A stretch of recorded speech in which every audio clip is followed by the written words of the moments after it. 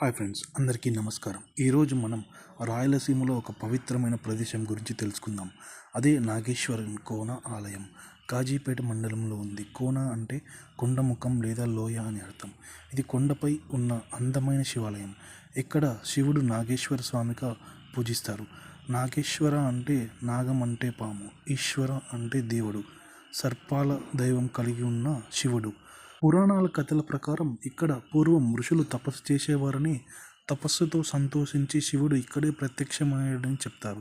ఆ తర్వాత ఈ ప్రదేశాన్ని నాగేశ్వర కోనగా ప్రసిద్ధిగా చెందింది.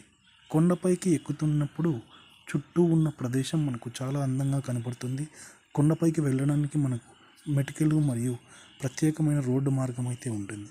మీరు ఎక్కేటప్పుడు చాలా చెట్లు, చాలా ప్రశాంతంగా అయితే ఉంటుంది. మీరు కూడా ఒక్కసారి వెళ్ళినప్పుడు ఎలా ఉందో కామెంట్లో అయితే చెప్పండి. మరిన్ని ఇలాంటి వీడియోస్ కోసం please do like, share and subscribe.